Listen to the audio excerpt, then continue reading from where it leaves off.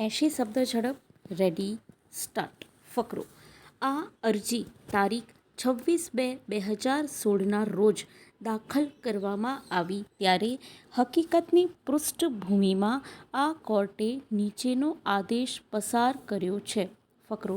પ્રસ્તાવિત પક્ષ તરીકે સામાવાળા નંબર 7 ઉમેરવા પરવાનગી અરજી.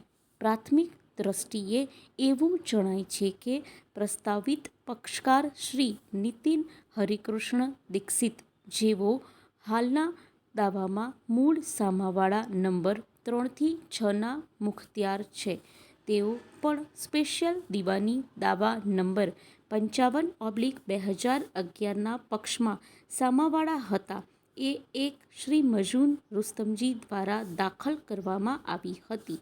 આ દાવામાં ઉક્ત પ્રસ્તાવિત પક્ષકારે તેના જવાબમાં અને ખાસ કરીને તેના પેરા 4માં તેણે ભારપૂર્વક જણાવ્યું હતું કે તેણે 9/12/2010ના રોજ પ્રસ્તુત અરજદારની તરફેણમાં વેચાણ ખતનો અમલ કર્યો છે અને તે પણ સામાવાળા નંબર 3ની સંમતિથી 6 વધુમાં 2015ના હાલના સ્પેશિયલ સિવિલ દાવા નંબર 14નો વિષય તારીખ 9/12/2010ના રોજ થયેલ વેચાણ ખત નથી, પરંતુ સ્પેશિયલ દીવાની દાવા નંબર 14/2015ના વાદીએ મૂળ સામાવાળા દ્વારા તારીખ 30/1/2013ના રોજ સામાવાળા નંબર 1 અને 2ની તરફેણમાં નંબર 3 થી 6 કરવામાં આવેલા અનુગામી વેચાણ ખતને પડકાર્યો છે.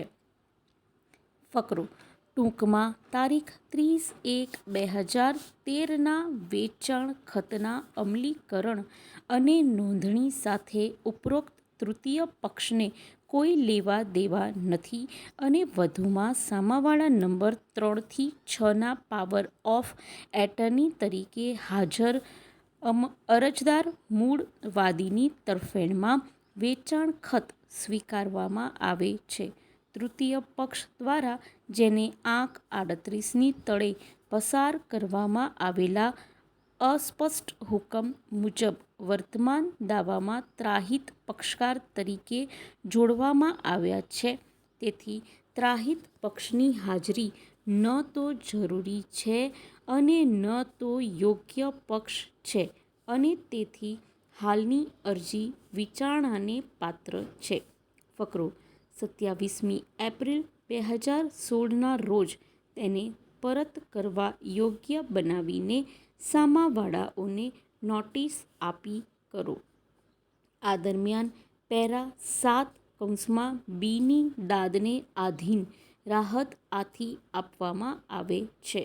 સંબંધિત પક્ષો માટે હાજર રહેલા વિદ્વાન વકીલોને સાંભળ્યા.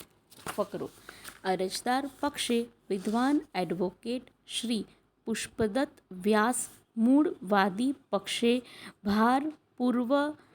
ભારપૂર્વક લિટિજના સિદ્ધાંત સંદર્ભે રજૂઆત કરેલ છે કે CPCનો ઓર્ડર 1/30 ત્રાહિત પક્ષને વાદીની ઈચ્છા વિરુદ્ધ વાદી દ્વારા શરૂ કરવામાં આવેલ કાર્યવાહીમાં દાખલ થવા માટે સત્તા આપતું નથી.